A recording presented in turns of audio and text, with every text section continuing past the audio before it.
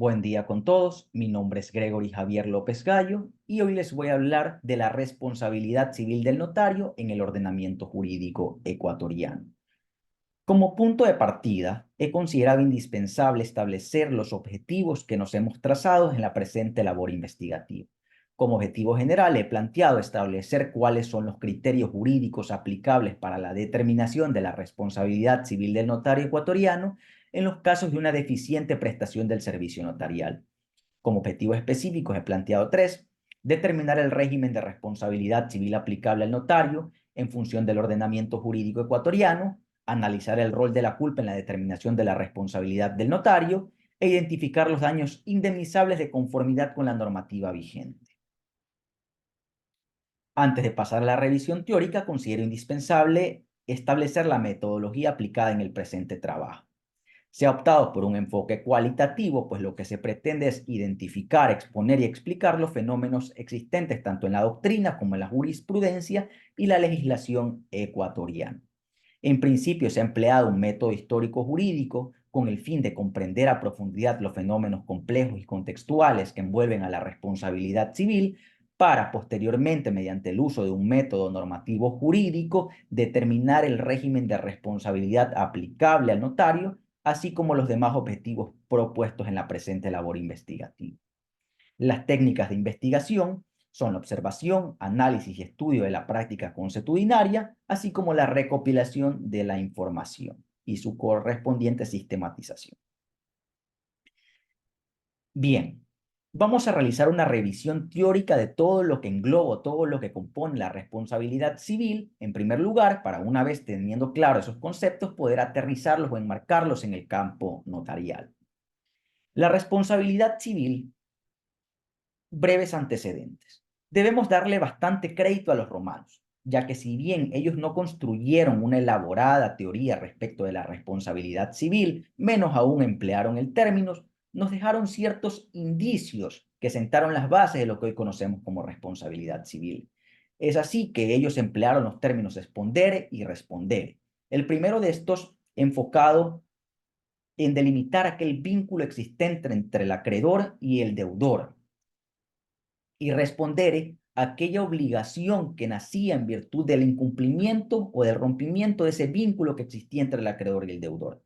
Adicionalmente, los romanos distinguieron entre el delicta privada y el delicta pública, estableciendo el consecuente derecho a indemnización por los daños, en particular en el campo del delicta privada, que implicaba daños en la persona o en el patrimonio de un individuo. La ley de las 12 tablas y la lex Aquilia fueron un aporte fundamental, ya que propendieron a la reparación pecuniaria, que hoy en día pues es el epicentro o es la base de la responsabilidad civil. Eso es el objetivo que ésta persigue. Con estas bases, los franceses, en particular Domat, estableció una distinción entre los crímenes y delitos entendidos como aquellas violaciones voluntarias o dolosas a las leyes, de los incumplimientos resultantes de los acuerdos estipulados, en los contratos más que todo, y los simples eventos negligentes que provocaban daño a un tercero. Es decir, aquí podemos ver un antecedente claro, si bien no se le otorga tal denominación, pero es un antecedente claro respecto de la responsabilidad contractual y extracontractual que analizaremos en lo posterior. Posteriormente, Potier distinguió con claridad los delitos de los cuasi delitos, que forman elementos indispensables al hablar de responsabilidad extracontractual. Con estas enseñanzas de Domat y Potier, el Código francés, posterior a la Revolución Francesa, distinguió de forma clara entre responsabilidad civil contractual y extracontractual. Además, establece la premisa de que todo daño ocasionado por culpa deberá ser indemnizado, así como también establece la clasificación tripartita de la culpa, tal y como la conocemos hoy en día, como culpa grave, leve y levísima. La definición. No existe unanimidad o un consenso respecto a una definición de responsabilidad civil, es decir, no hay una definición de responsabilidad civil estándar. Así tampoco existe unanimidad respecto a sus elementos. El problema radica en que, en gran medida, las definiciones han sido estructuradas en función de la diversidad de elementos existentes o reconocidos por los diversos autores en la doctrina. Sin embargo, procuraremos establecer para efectos del presente trabajo, una definición con sus respectivos elementos. En un sentido poco preciso y genérico, se ha considerado la responsabilidad civil como aquella obligación de responder por los daños ocasionados. En un sentido un poco más elaborado, se ha considerado la responsabilidad civil como aquella institución jurídica que da lugar al nacimiento de una obligación de reparación, ya que un individuo ha ejercido una conducta que ha provocado un daño injustificado y antijurídico a otro individuo, es decir, a un tercero. De esta definición podemos extraer los elementos. El primero, que es el comportamiento, que puede ser una acción o una omisión, es decir, hacer lo que no se debe o no hacer lo que se debe. El daño. El daño indiscutiblemente es el epicentro de esta institución, ya que si no hay daño, por mucho que exista comportamiento, no habrá nada que reparar. La relación de causalidad, como tercer elemento, establece la conexión que debe haber entre el comportamiento y el daño, es decir, se traduce en aquella relación de causa y efecto que debe existir entre estos dos elementos. Estos tres han sido los elementos tradicionales establecidos por la doctrina. No obstante, en la actualidad se habla de un cuarto elemento, los factores de atribución, que nos permiten responder a la pregunta de por qué se responde, ya sea por un modelo objetivo, es decir, por un riesgo creado, o por un factor subjetivo, es decir, teniendo en consideración, por ejemplo, factor como la culpa. La responsabilidad civil contractual. La responsabilidad, en primer lugar, se ha clasificado en contractual o extracontractual, atendiendo al origen de la obligación, fundamentalmente. La responsabilidad contractual tiene como base la existencia de una relación jurídica previa que es obligatoria para las partes. En pocas palabras, el contrato. Para que haya responsabilidad civil contractual, lógicamente tiene que haber en primer lugar un contrato. En segundo lugar, ese contrato debe ser válido, ya que si el contrato se anula, es decir, es nulo, consecuentemente lo serán las obligaciones emanadas de él. Y como tercer punto, para hablar de responsabilidad civil contractual, el daño debe ser imputable al incumplimiento contractual y debe provenir ya sea del incumplimiento o de la mora en el cumplimiento, es decir, en el cumplimiento tardío. La responsabilidad civil extracontractual. Esta tiene un campo de aplicación bastante más amplio, por lo cual en un sentido negativo abarca todo lo que no está comprendido dentro del contrato, como podrían ser, por ejemplo, los delitos, los cuasidelitos y la ley como fuente de las obligaciones. Esto ofrece una reparación o compensación a quien ha sufrido un daño injustificado, permitiéndole exigir o reclamar una indemnización por aquel perjuicio. Requiere la confluencia de los elementos antes enunciados, el comportamiento, el daño, el nexo. Y posteriormente, pues precisaremos algunos aspectos relativos al factor de atribución. La responsabilidad objetiva y subjetiva. La distinción se centra en un punto clave, la culpa como factor decisivo o distintivo.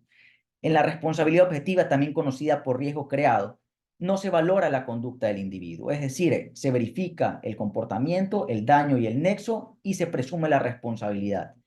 En un sentido contrario, en la responsabilidad subjetiva se deberá valorar el comportamiento que ha adoptado el autor, es decir, se deberá evaluar si éste ha actuado de tal forma que ha propendido a evitar el daño producido.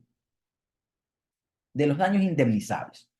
El Código Civil establece que todo daño debe ser indemnizado, debe repararse tanto el daño emergente como el lucro cesante, ya sea si se trata de un incumplimiento contractual o extracontractual.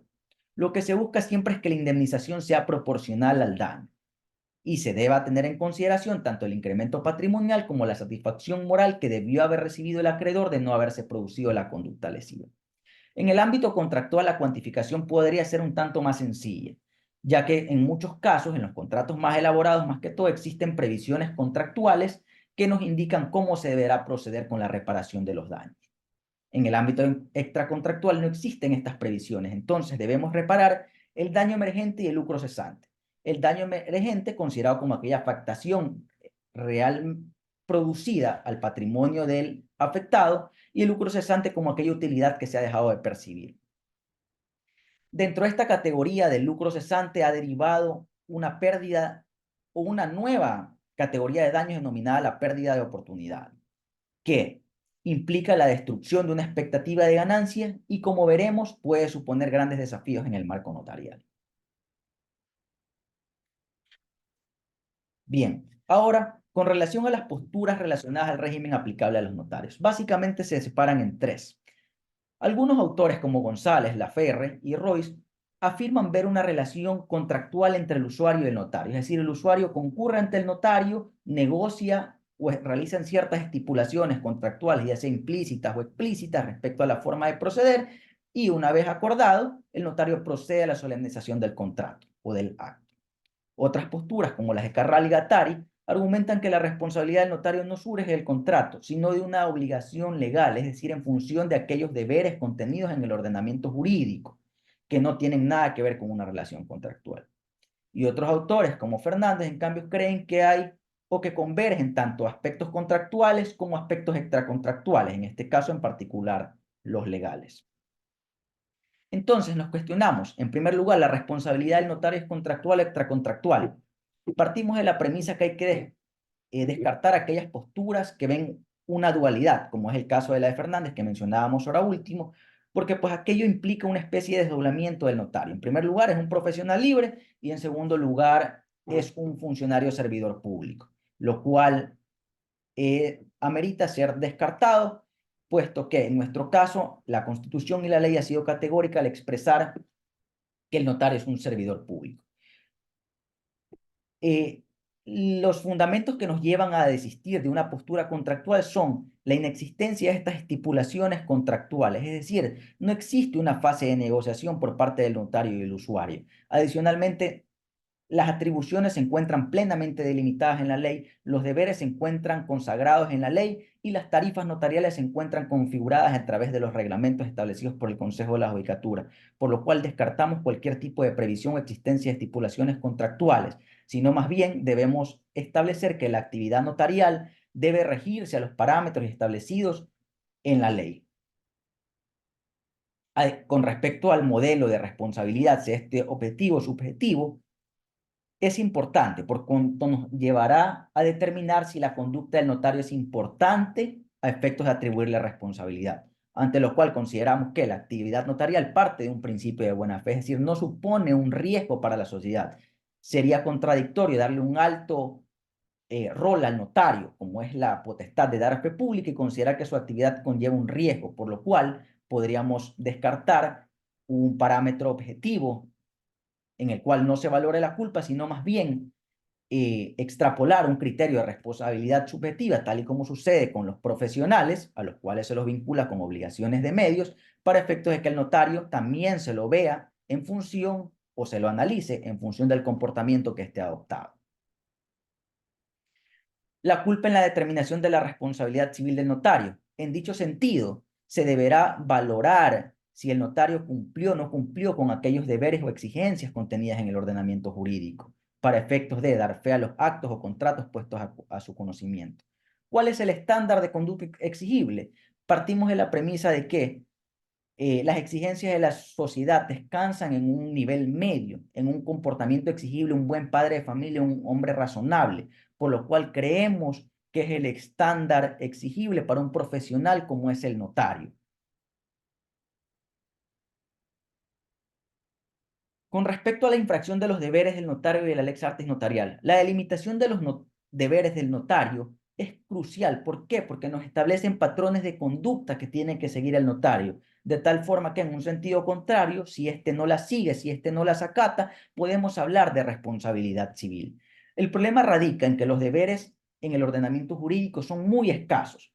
En su mayor parte, el legislador ha optado por establecer deberes de carácter administrativo, deberes formales, como por ejemplo los constantes en su gran mayoría en el artículo 19 de la ley notarial, como exhibir las tablas de los aranceles, como llevar a cabo los índices, que no reflejan o que no implican verdaderamente un límite del accionar del notario, sino suponen deberes de carácter administrativo.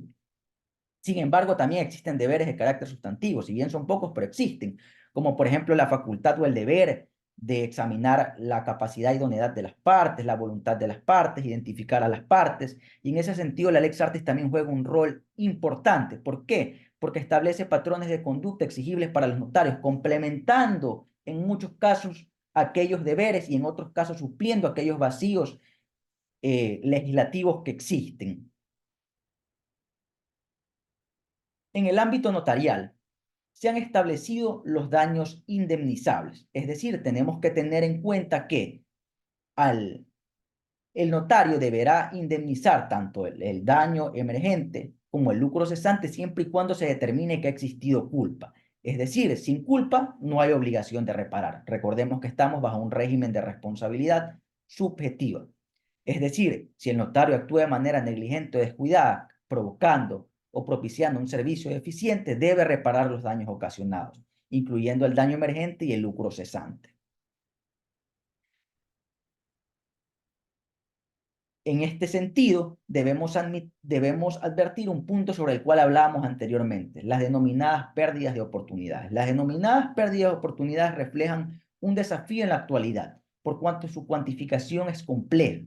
En este caso, lo que determinamos es que el juez o el juzgador que le corresponde el caso deberá valorar aspectos importantes o significativos en el caso en concreto, es decir, deberá valorar la posibilidad de ganancia que tenga el individuo en el caso en concreto para efectos de procurar una reparación justa en función de aquellas probabilidades de obtención del beneficio, porque en eso se basa la pérdida de oportunidades, en la frustración de una expectativa de ganancia. Entonces hay que ver qué tan probable era la ganancia y en función de eso fijar una retribución adecuada. En conclusión, debemos admitir o podemos concluir que dada la calidad de funcionario público del notario, el rol de este, la naturaleza de sus funciones, la ausencia de estipulaciones contractuales, la responsabilidad civil notarial debe ser abordada dentro del marco de la responsabilidad civil extracontractual.